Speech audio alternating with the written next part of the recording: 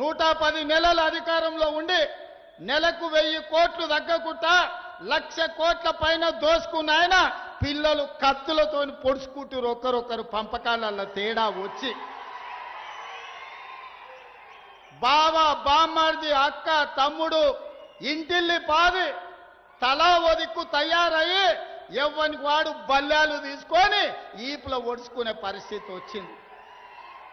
ఏం సంతోషమైన తండ్రికి 1,00,000 కోట్లు సంపాదించిండు, ఫామ్ హౌజులు ఇచ్చిండు, బంగళాలు ఇచ్చిండు, వ్యాపారం ఇచ్చిండు, టీవీలు ఇచ్చిండు, పేపర్లు ఇచ్చిండు, రాసుకోనికే పేపర్ ఇచ్చిండు, చూపించుకోనికే టీవీ ఇచ్చిండు.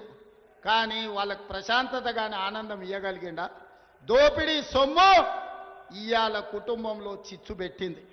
ఇవాళ వాళ్ళు కొట్లాడుకొని ఉరిమి మంగళ మీద పడ్డట్టు వాళ్ళు పొడుచుకునే విడిచిపెట్టి మన పేర్లు తీసుకుంటారు. మేమేదో ఆన్లైన్ కాలు ఉన్నాం, మేమేదో ఈన్లైన్ కాలు ఉన్నామని నేను ఒక మాట చెప్పదలుచుకునే, ఎక్కువ చెప్పదలుచుకోలే. కానీ 2023 డిసెంబర్లోనే ఆ కాల నాగును మీరు కట్టెతో కొట్టి చంపారు. ఇప్పుడు ఆ సచ్చిన పావును చంపాల్సిన అవసరం నాకుందా? బీఆర్ఎస్ అనే పామును, ఇది కాలకూట విషం ఉన్నది, ఇది ప్రజలను దోసుకునే అనకొండ అని 4 కోట్ల ప్రజలు డిసెంబర్ 3 తారీఖు నాడు బండరాయితోని మోది ఆ కాలకూట విషమున్న కాల నాగును ఆయల్లనే తెలంగాణ ప్రజలు బొందబెట్టిరు, మాడ వలగొట్టిరు. ఇక సచ్చిన పావుని ఇవాళ నేను చంపాల్సిన అవసరం ఉన్నదే? మీ పంపకాలలో పంచాయతీ వస్తే కుటుంబ పెద్ద దగ్గర కూర్చోండి, తెగకపోతే కుల పెద్ద దగ్గరకు పోండి, అక్కడ కూడా తెగకపోతే మంత్రగాని దగ్గరకు పోండి. ఎందుకంటే ఏ పంచాయతీ తెగకపోతే మంత్రగాని దగ్గర పోయి కూర్చుంటారు. పోయి ఉన్న మంత్రగాన్ని చూసుకొని మీ పంచాయతీ తెంచుకోరు. అంతే తప్ప మమ్మల్ని లాగకండి. మీ కుటుంబ పంచాయతీల మాకు రేషన్ కార్డులు ఇచ్చే పని ఉంది, పేదోళ్ళకి సన్న బియ్యంతో అన్నం పెట్టే పని ఉంది, పేదవాడికి ఇందిరమ్మ ఇల్లు ఇచ్చే పని ఉంది, పేదవాడికి రైతు భరోసా 9 రోజుల్లో 9,000 కోట్లు ఇవాళ పేదోళ్ళ ఖాతాలు వేసినాం. 25,35,964 మంది రైతులకు 20,617 కోట్ల రూపాయలు రైతులకు రుణమాఫీ చేసినాం. రైతులకు రైతు భరోసా ఇవ్వడమే కాదు, రైతు రుణమాఫీ చేసి ఒక్క 18 నెలల్లో 1,04,000 కోట్ల రూపాయలు ఈరోజు పేదల ఖాతాల్లో రైతుల ఖాతాలో వేసినాం. అందుకే మిత్రులారా, ఈరోజు రేషన్ కార్డు కావాలన్నా, ఇందిరమ్మ ఇల్లు కావాలన్నా, సన్న బియ్యం కావాలన్నా, 50 లక్షల ఇళ్లకు 200 యూనిట్లు ఉచిత కరెంటు ఇచ్చినా ఈరోజు అది ఇందిరమ్మ రాజ్యంలోనే సాధ్యమైంది, ఈరోజు మన ప్రభుత్వంలోనే సాధ్యమైంది. ఇదే కాదు, ఇవాళ నేను ఒక మాట చెప్పదలుచుకున్నా. ఆనాడు పోడు భూములు ఇచ్చినాం, అసైన్మెంట్ పట్టాలు ఇచ్చినాం. ఇవాళ దాదాపుగా కొద్ది మందికే ఇంకా భూములు ఇచ్చే అవకాశం ఉంది. ఇవాళ భూములు అందుబాటులో లేవు. అందుకే మన దరిద్రం తీరాలన్నా, మనం బాగుపడాలన్నా విద్య ఒక్కటే మార్గం. మన తలరాతల్ని మార్చేది విద్యనే.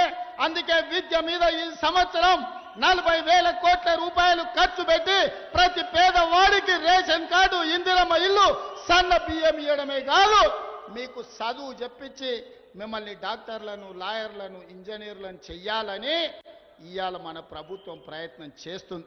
అందుకే 100 నియోజకవర్గాల్లో యంగ్ ఇండియా ఇంటిగ్రేటెడ్ స్కూల్స్ పెట్టడమే కాదు, 20,000 కోట్ల రూపాయలు పాఠశాలల నిర్మాణానికి ఖర్చు పెడుతున్నాం.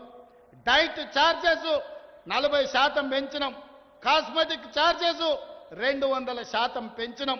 రాబోయే రోజుల్లో అడ్వాన్స్డ్ టెక్నాలజీ సెంటర్లలో సాంకేతిక నైపుణ్యం నేర్పి మన పిల్లలకు ఉద్యోగ ఉపాధి అవకాశాలు కల్పిస్తాం. ఇవాళ సింగపూర్, సౌత్ కొరియా, జపాన్లలో అవకాశాలు ఇప్పటి వరకు ఖమ్మం జిల్లా నుంచి కానీ ఇతర జిల్లాల నుంచి ఈరోజు అమెరికాకు పోతున్నారు ఇంజనీర్లు చదివి. మరి అందరు ఇంజనీరింగ్ చదువుకోలేరు కదా. కొంతమంది ఐటీఐలు చదువుతారు, కొంతమంది పాలిటెక్నిక్ చదువుతారు, కొంతమంది డిగ్రీ చదువుతారు. మరి వాళ్ళకు ఉద్యోగాలు ఎట్లా? అందుకే ఈనాడు అడ్వాన్స్ టెక్నాలజీ సెంటర్లు ప్రారంభించడం, ప్రతి నియోజకవర్గానికి ఒకటి ఇచ్చే బాధ్యత నాది. వేలాది మంది విద్యార్థులు అందులో చదువుకోండి, మీకు సింగపూర్లో, సౌత్ కొరియాలో, జపాన్లో మీకు ఉద్యోగాలు ఇప్పించి మన బతుకుల్లో వెలుగులు తీసుకొచ్చే బాధ్యత నాది. అందుకే ఇక్కడ ఉన్న యువకులకు, వేదిక మీద ఉన్న నాయకత్వానికి నేను సూచన చేస్తున్నా.